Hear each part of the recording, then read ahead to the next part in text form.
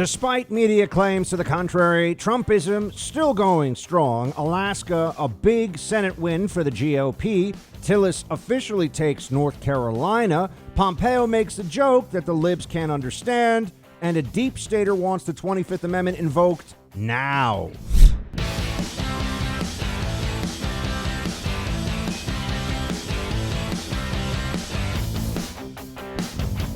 Welcome, friends, to the Sexton Show. Still in the fight, still pushing on. Gotta love it.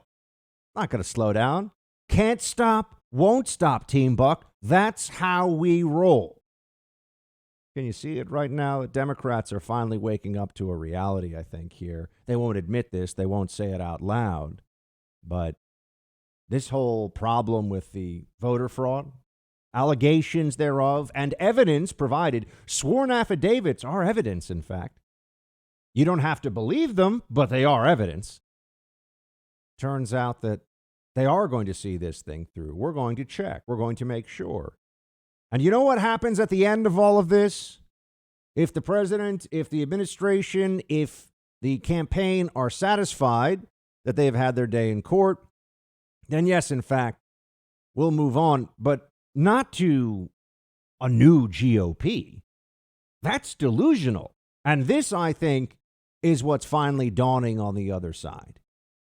What happened in this election, you have to always understand, was in a once-in-a-century pandemic.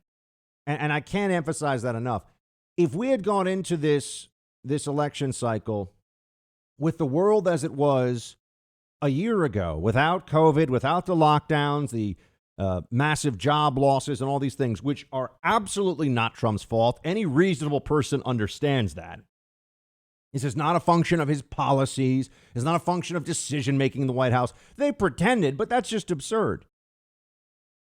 We all know that the likelihood of a resounding Trump victory was very high under those circumstances. And even under those circumstances, we have the GOP now poised to maintain control in the Senate and to pick up House seats. Usually the party of the president, the guy that runs the executive branch, is the one who's going to get all the blame, and his party is going to get the blame too in a situation like this, in a circumstance where the country finds itself in so much difficulty, so many challenges, right? Usually that would be the case. But somehow the American people were able to see through the media smear campaigns and smoke screens and understand that, yeah, the rioting left-wing lunatic party, probably not who we want in charge going forward. Maybe they were able to convince enough folks that they're just exhausted by Trump personally, by his tweets, by the loose cannon reality of some of his counterpunching, right? Which is it's a true thing.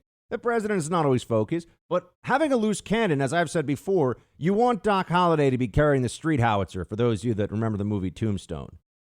Because the other side gets a little bit more uneasy knowing that there's a guy out there who's actually willing to pull the trigger, and he's got the big gun.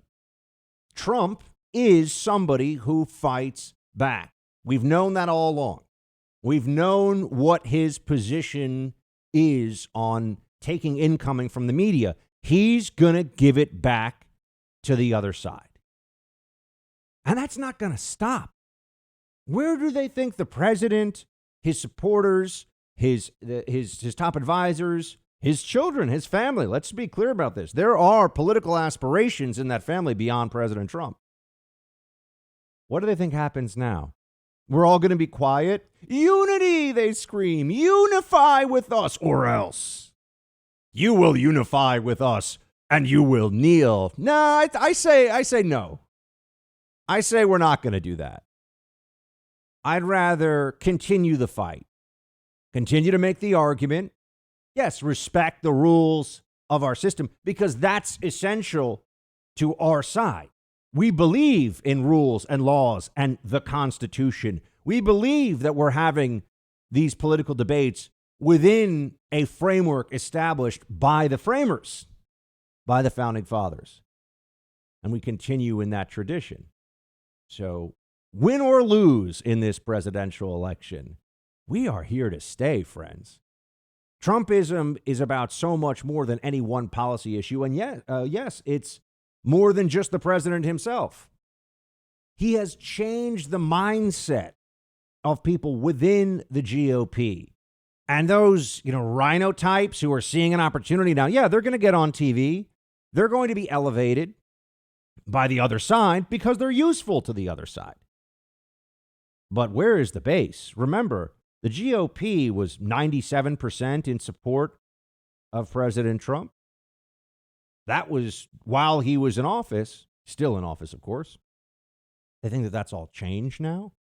That in a fluke year, a total outlier, a lightning strike in the historical calendar of the 2020 presidential election year, with COVID just influencing everything and making everyone more depressed, more frightened, less hopeful, less optimistic, that the best they can do is squeak out maybe a handful of states by 20, 30,000 votes.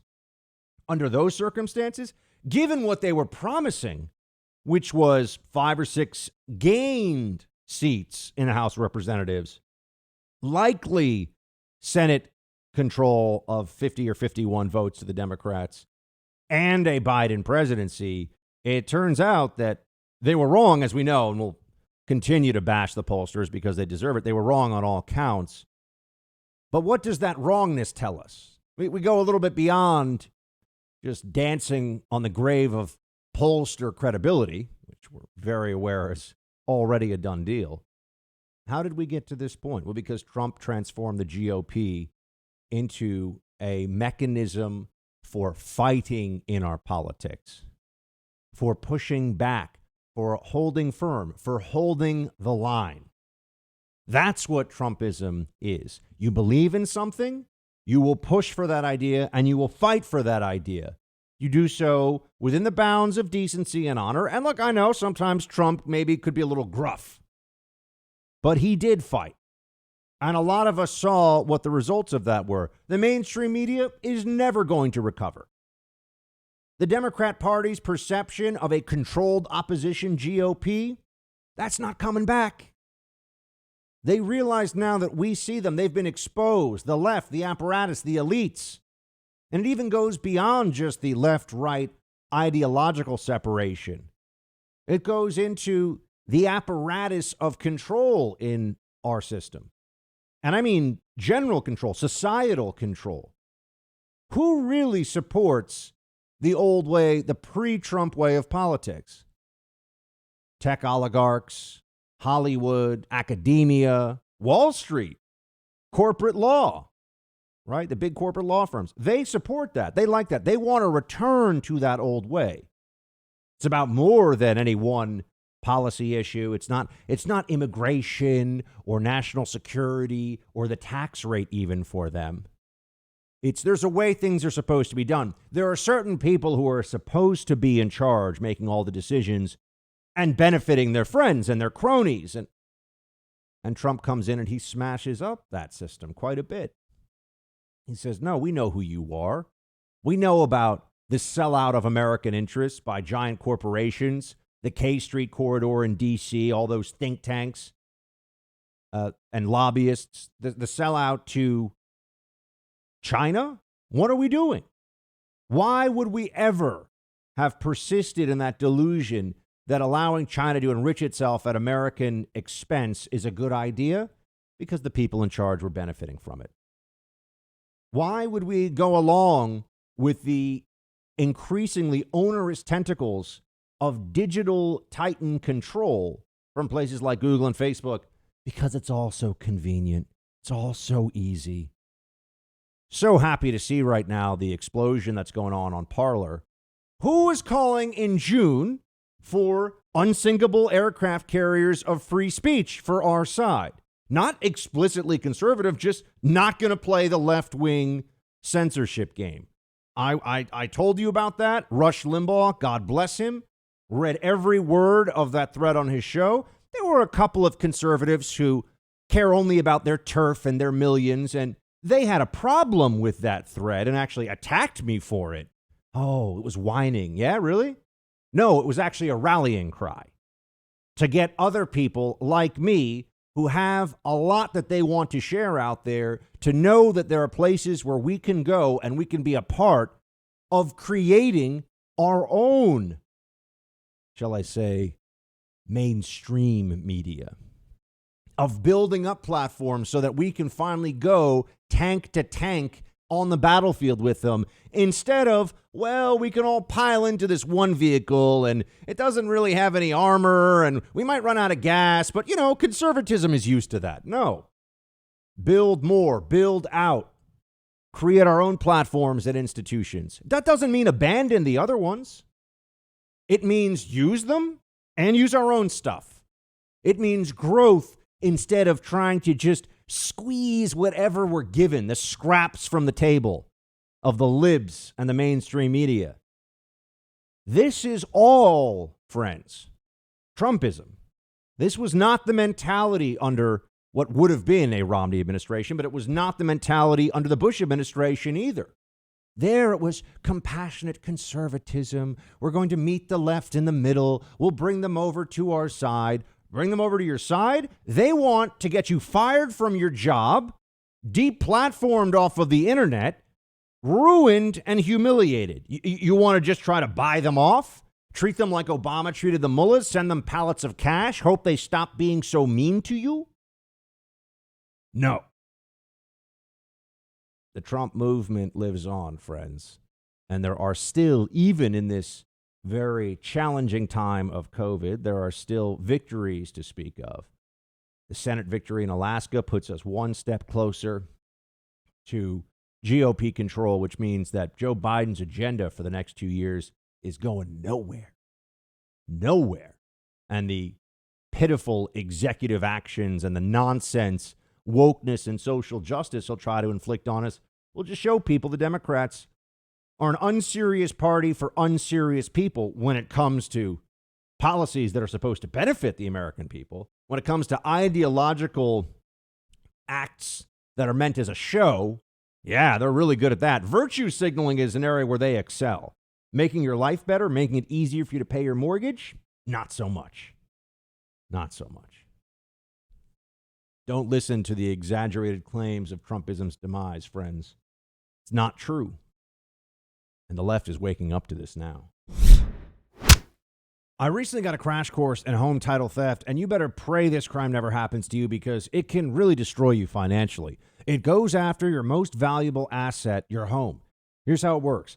The bad guys, cyber thieves, they find your home's title online, then they use a quitclaim deed to kick you off, put themselves on, and take out loans against your home's equity. You often won't find out about this until you get payment demands in the mail, perhaps even a foreclosure notice.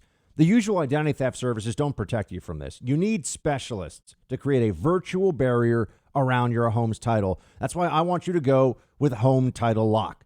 All you have to do is go to HometitleLock.com, use the promo code RADIO to get 30 free days of protection. You can also check online to see if you're already a victim of this crime and don't even know it. That's HometitleLock.com, promo code RADIO for 30 free days of protection. Start today. Don't wait. This crime is growing as cybercrime all across the country rises during the pandemic. Go with Home Title Lock.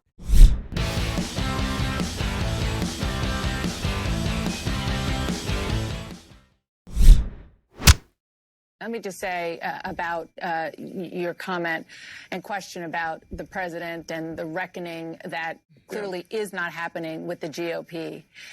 The fact that he won almost 71 million votes nationwide in the popular vote. The Republicans who I talk to see that and know that this is Trump's political party and will be for a long time. Whether he is president or not, whether he runs in 2024 or not. He has a platform, as you said at the top of the show.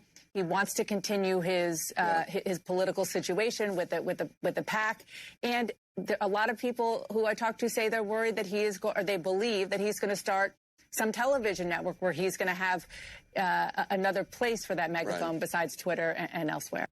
I love it. It's great, isn't it?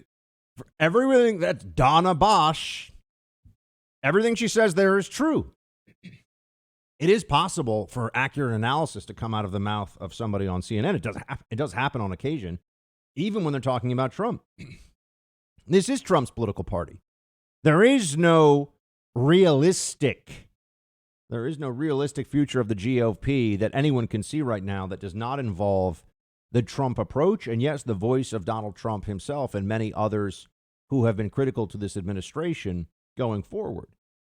What? They think that we can't build and grow and do more over the next 2 years?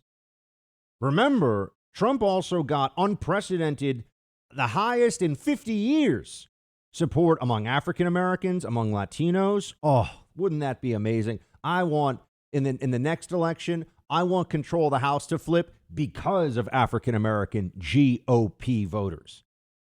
Oh, wouldn't that be amazing? As part of this Trump movement continuing to grow, why is that not possible? Someone look at the numbers and tell me. Not the polls, which are bullcrap, as we know. Look at the actual numbers. Look at Latinos. Turns out Latinos like that the person running the country, more so than they did in the past with the GOP approach that we've seen, they like a GOP leader who will say that they're going to put the interests of Americans like them first. They like somebody who wants to make it easier for small businesses. That's what we see happening right now. We were being told that the GOP was a dead party. It's not going to happen. It's just for old, bitter white men. That's their line about Donald Trump in 2016, right? It was even referred to on CNN as a, quote, white lash. Remember that? End quote. And yet, now we see that wasn't true at all, just like the polls were not true. And they're lying about Trump as a white nationalist and all this. I mean, this was always just a vicious, ugly smear, a Kavanaugh-style smear. That was what calling Trump a white nationalist was all about. Just make the accusation, lie about it to create fake evidence, which is what they do with the both sides comment, right? People on both sides. Lie about it as much as you have to. And Democrats are seeing now, okay, yeah, you're going to have to go around with a little bib and clean up the corners of Joe Biden's mouth all the time when he gets a little bit confused about what's going on. You're going to have to go do a lot of cleanup on aisle 4 for good old blue collar Joe, while the Trump movement now just gets to operate entirely freely. And again, I know that we're still counting votes. I know it's not over, but I got to be able to look into the future from all of the stuff that I'm saying remains true, even if Trump wins in terms of the movement, in terms of its trajectory. What do Democrats have? Where's the enthusiasm? They built a political opposition based on hatred of one man and spite toward his 70 million plus supporters. What's their great idea? All their real ideas. Say what you will about the socialists in the Democrat Party. They got ideas. Not good ones, but they got ideas. What did Joe Biden even run on? Does anyone even remember? Hey, we're going to do the good things, and we're going to listen to the science, and I'm reading off of cue cards, and I'm in the basement. 7 little chipmunks sitting on a branch, eating a lot of acorns out of Uncle Joe's ranch. Right? Well, what exactly did this guy run on? What ideas does he represent? Yeah, I understand. They'll say, yeah, look at the scoreboard. The scoreboard was very close, friends. It's still very close, and they're still waiting to certify votes. But this is the best they could do in a pandemic year? It was supposed to be a wipeout. And we were demoralized. The GOP, I know what that's like. In 2012, we're thinking, are we ever going to win another national election? That's what it felt like when Obama ran the table on Romney's effort. That's not where we are now, friends.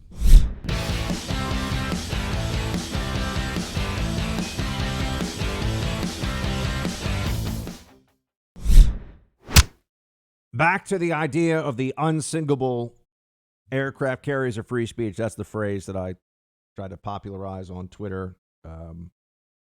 back in June. And the greatest radio host of all time, Rush Limbaugh, was kind enough to read that whole thread, as you know, on his show. I bring it up again because we're seeing that happen now. And we are seeing some GOP billionaires behind the scenes, but I know some of the players involved. I know some of them not well personally, but I know who they are, and I've talked to them. And they're stepping up because why should we concede this advantage? What do you think it's worth in every presidential election to have 90% plus? It's really about 95%. If you did a head count in news media, 95 out of 100 people in news media are either, leftists or center left. And you will get a handful of center left people in media who can do their jobs with some honesty. I will say that they exist. They're very rare. I mean, they're unicorn status.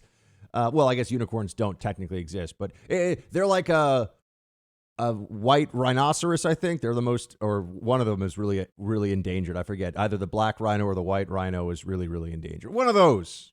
They're rare, but they exist. They're rare, but they exist. Otherwise, Media Matters. Buck Sexton thinks unicorns are real. No, not quite. But why do we concede that advantage to the other side? Why do we do that? Look at the way we view different voting demographics and how we break this down and we get into all the data all across the country. Look at the way that we will say we need to go from, let's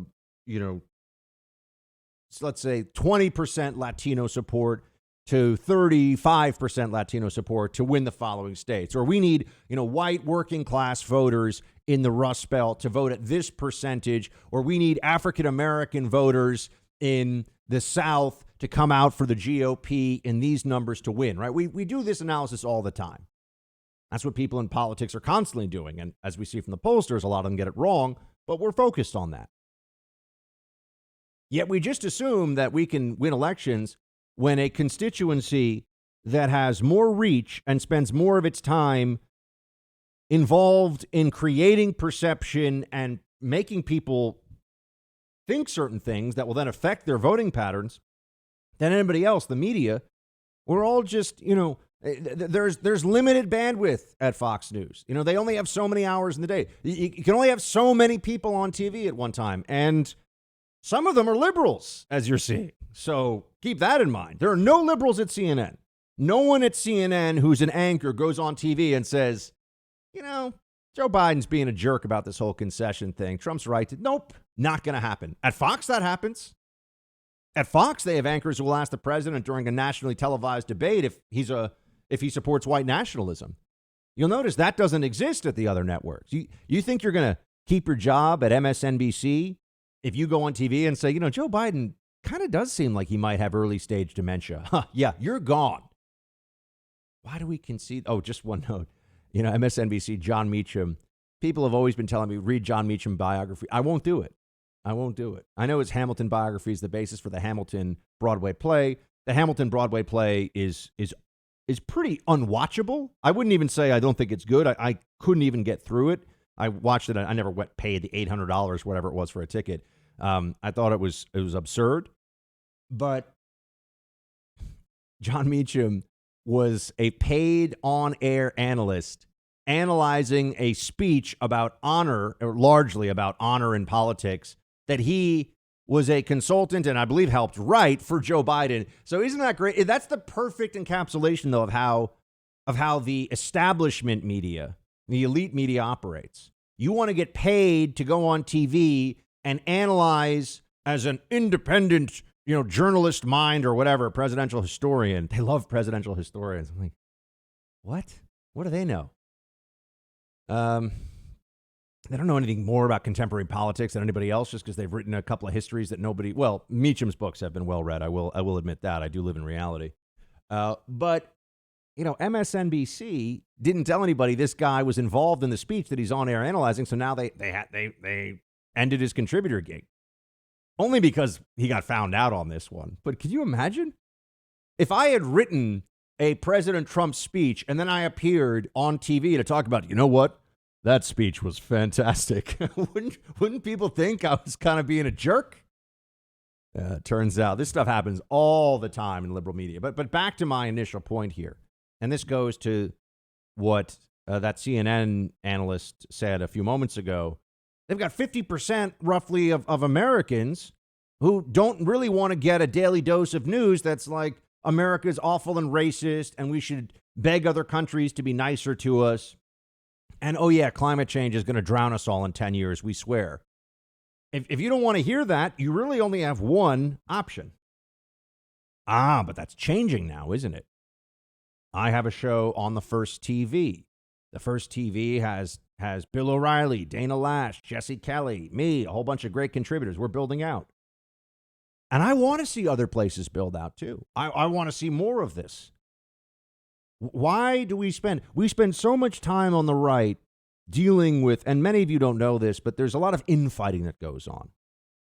There are people that all they want to do is make sure they hold on to their little perch, and they just go around pushing down all the other conservatives that they can, that they view as a threat. You know, they'll have some people on as guests there, but other people they'll push down as a threat. They don't want them to get any bigger.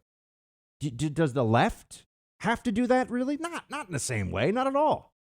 You don't like being at CNN? Go to MSNBC. See how good your show can be there. Doesn't work there? Go to NPR. Doesn't work there? Be a lunatic and go work for the Young Turks. I mean, there's endless options. Endless options. But we get fixed in this place where we have, one major national newspaper that's establishment and not communist, but it is establishment. That's the Wall Street Journal. And it's kind of a Paul Ryan style GOP approach. I mean, there are some conservatives right there. I think Kim Strassel's stuff is great. There are other people. Why should we concede this? We actually can do something about this. And all of you can do something about this. People ask me, what can we do for the movement? We have to win the cultural battle, too. We have to support the platforms that we believe share our views. And that means with downloads, with dollars, with action.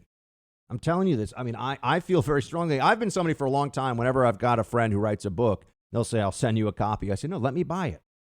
I'll go on Amazon. Let me buy your book. I want to support you. Right. And there are different people who, I don't really have the time to listen to other people's podcasts, but I used to listen to them history podcasts. And, when they would talk about a sponsor, I would go and check out and see, oh, could I use this? Is it a product I'd like? And that's how we do this. Or you can just keep getting CNN running endless, Mercedes-Benz and Delta Airlines and all these blue chip, wonderful companies that pay top dollar and just jamming their lib propaganda through CNN down your throat all the time. And then them scoffing at conservatives because, we've got these networks that run out of money and don't have enough viewers and don't know what. That's part of Trumpism too. And that's why they're terrified at the idea that Trump may build his own network or may just join some network, join forces with something or someone out there. Think about that. What was the X factor in 2016 that led to the biggest presidential upset of my lifetime, of any of our lifetimes? What was the X factor? Donald Trump was able to take his message right to the people. And because of social media, and this was before Twitter had decided that it was going to be giving in-kind contributions in quite the same way to the DNC, because of all of that, Donald Trump was able to get around the usual barriers and to form his own narrative of his ascension, to form his own narrative around his campaign, and people were exposed to it. And instead of having to go beg, as GOPers in the past did, when they would, when there'd be fake news about them. Fake news is not new. Trump just calls it out. He says, wait, hold on a second. That's crap. And it's intentional. Not some good faith error from the New York Times. Well, Trump is able to tweet out to his, whatever it is now, 80 million followers, something like that. He's able to tweet it out. And we all know what his response is right away. There's no filter. He doesn't have to go beg one of these Sunday shows. Okay, we'll have you on. And they have some journos, really trying hard to sound authoritative. And, thank you for being here, sir. And we're journalists and we're going to ask you the tough questions. And bunch of lib propagandists. He doesn't have to go through that filter. In fact, if anything, I think the administration spent too much time on some of these platforms that were just take down Trump operations. I don't know why they gave some of the interviews and access they did. I think it was a mistake in the comm shop. Just going to tell you that. That's another conversation. But this is all coming together now. I don't know if they'll call it Trump TV, but if they form something, if they build a network, it also takes all the culture that has been built around this, all the America pride that goes into MAGA. I mean, I can't tell you how much you go on the internet and you get into these pro-Trump areas, and there are people who are making hilarious memes.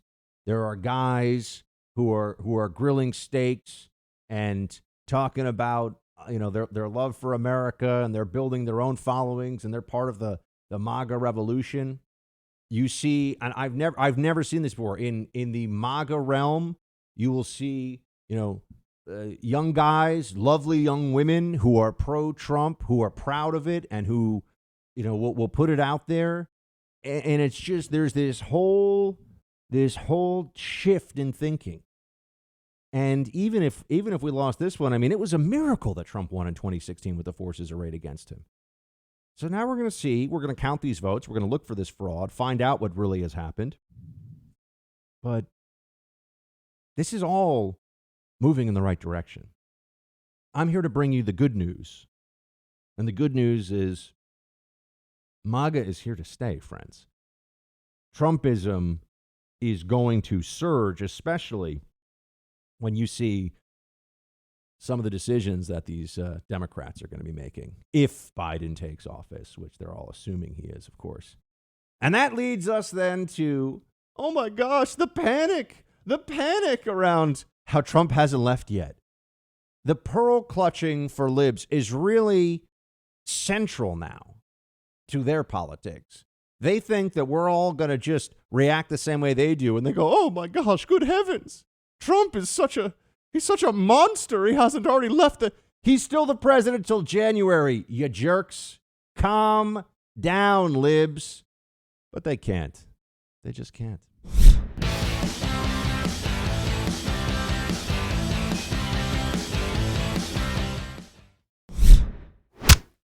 How do you expect to be able to work with Republicans when so many have thus far refused to even acknowledge your victory? Well, first of all, we are already beginning the transition. We're well underway. And the ability for the administration in any way by failure to recognize this our win does not change the dynamic at all in what we're able to do. We've announced yesterday, as you know, the health group that we put together today. We're going to be moving along in a consistent manner, putting together our administration, the White House, and reviewing who we're going to pick for the cabinet positions. And nothing's going to stop that.